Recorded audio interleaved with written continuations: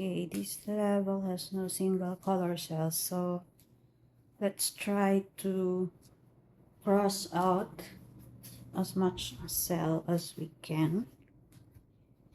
So in the last row we could see that only orange cell could be found there, so therefore our orange cat would be placed on the last row. Any orange cell in other rows should be crossed out.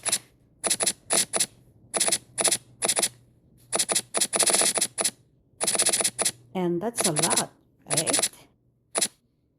Makes it easier. Then we could see that for the last two, for the second to the last and third to the last row, only in those rows could we see gold and dark green. So any other colors in that row, in those two rows, should be crossed out also. And there you go. There we have it.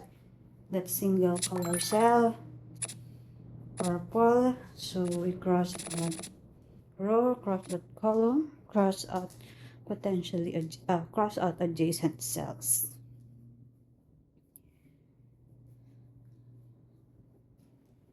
Then we could see pink.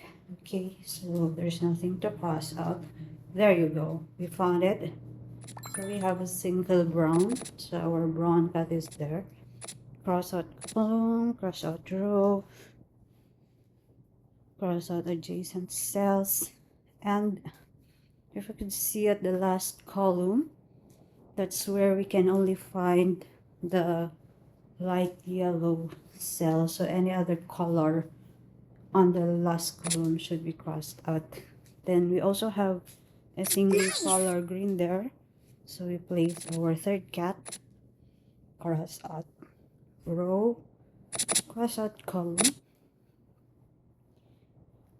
So then we have a single color blue there, place our cat, cross out row, column, cross out row, cross out adjacent cells.